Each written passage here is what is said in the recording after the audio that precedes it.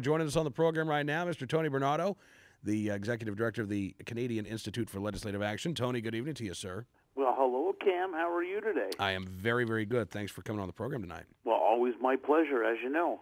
All right, so the debate over the Long Gun Registry has kicked off again in Parliament, right? It has. Second reading, yes. And how are things going so far? Well, so far so good. We've got a number of opposition MPs that have committed to going forward with the vote.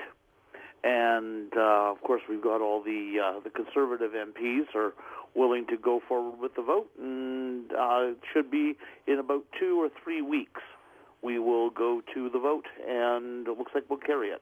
Really? Yeah, we're close. I mean, we're close. Either way, 1 or 2 votes to either side could put us over or under. I mean, it's going to be really tight, but we're looking good. Now, this is going on while, and I heard a news report yesterday, so forgive me, Tony, because I know that the U.S. media outside of Cam and Company doesn't often do a great job of covering Canadian politics, but they said that the Liberals were looking to basically bring down the Conservative government and call for new elections. Yeah, they tried again.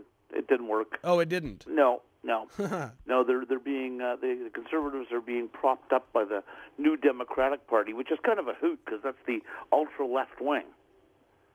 But I think they got some kind of deal there with pies and cakes and goodies, you know. Yeah. Going back and forth between them. Okay. Yeah, so I know that there's been a couple of things that the New Democratic Party's been trying to get, and the Conservatives are playing ball on that. So they're keeping them propped up, which is just fantastic for us. Well, yeah, it sounds like gun owners are able to reap the benefits of that, and it's interesting.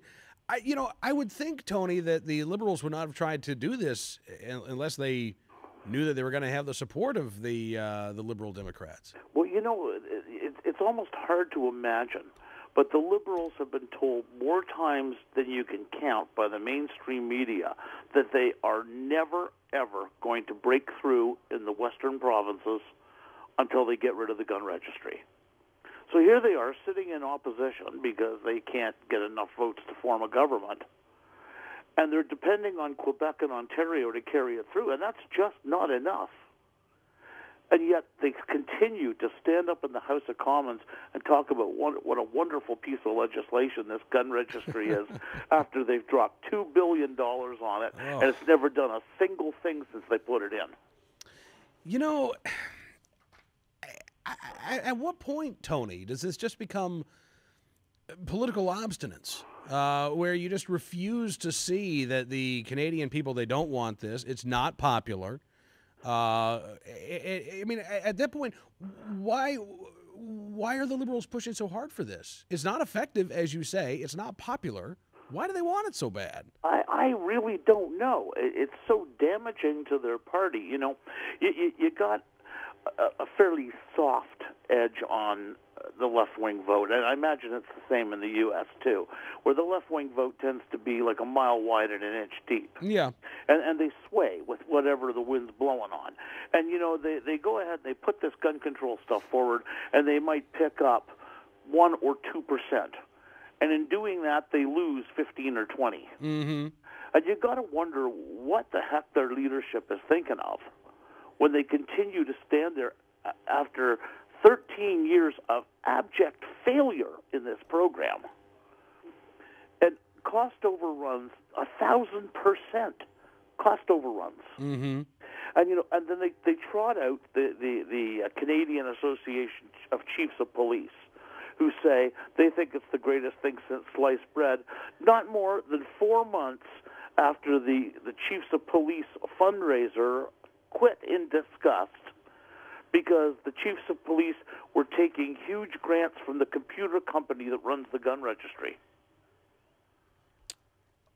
Are you serious? Oh, yeah. Oh, you got to love this. Then there was a former Liberal cabinet minister who was turfed out of the party in disgrace after he was implicated in funneling all kinds of taxpayer money into places it should never have been. And so the Liberals gave the entire contract for envelopes and stationery to a printing company that's owned by this guy's immediate relatives. Oh, jeez. And right now, in inventory, they have $1.1 million worth of envelopes. Do you have any idea how many envelopes that is? That's a lot. Yeah. And, this whole thing just gets stupider. Unless, of and course, stupider. now that I'm thinking about it, I mean, this was a government contract. That could actually only be like 3 envelopes, Tony, depending. Yeah, but they have a boarding ladder. That's right. These are high-tech envelopes. They are very high-tech. They even say RCMP on them. How about that, eh? $450,000 a pop. Oh, yeah. But this whole thing has been a comedy. It's been one ridiculous comedy after another since the day they put it in. Yeah.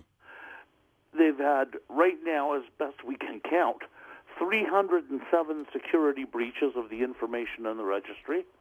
And the last one, of course, that only happened last week, and you and I talked about it then, where gun owners' information was disclosed to a public polling company. And you know what the RCMP said in their defense? That they were acting as an arm of the RCMP. A polling firm. Yeah, as an arm of the RCMP. Like, when did they start deputizing polling firms? Yeah, no kidding. And geez, if that's all it took to become an RCMP deputy, wow, that's pretty good. Yeah. Yeah. It just keeps going, Cam. Yeah, well, no kidding. All right, so what can gun owners do right now, Tony, to help the prospects of the second reading? Well, there's still a great number of opposition MPs sitting on the fence, not knowing which way they're going to vote. And so far, the opposition leaders have all basically said free vote with the exception of the Bloc Québécois. So an individual MP could make the difference as to whether or not this flies or not. If you've got your MP, you go ahead, write them a letter, or write her a letter, make a phone call, drop in at the constituency office, and have a visit with the staff. Let them know how you feel, and let them know politely, please, that you want your member of parliament to vote in favor of this bill. We're right at the 11th hour on this thing. We get past second reading, we go to committee, third reading, and we got her. All right. Well, so we're very, very close. All right, Tony, thank you so much, sir, for coming on the program tonight. I really do appreciate it, and look forward to doing it again in a couple of weeks with some more good news. Yeah, I hope I have some more good news for you then. Me too. Tony Bernardo, the Executive Director of the Canadian Institute for Legislative Action.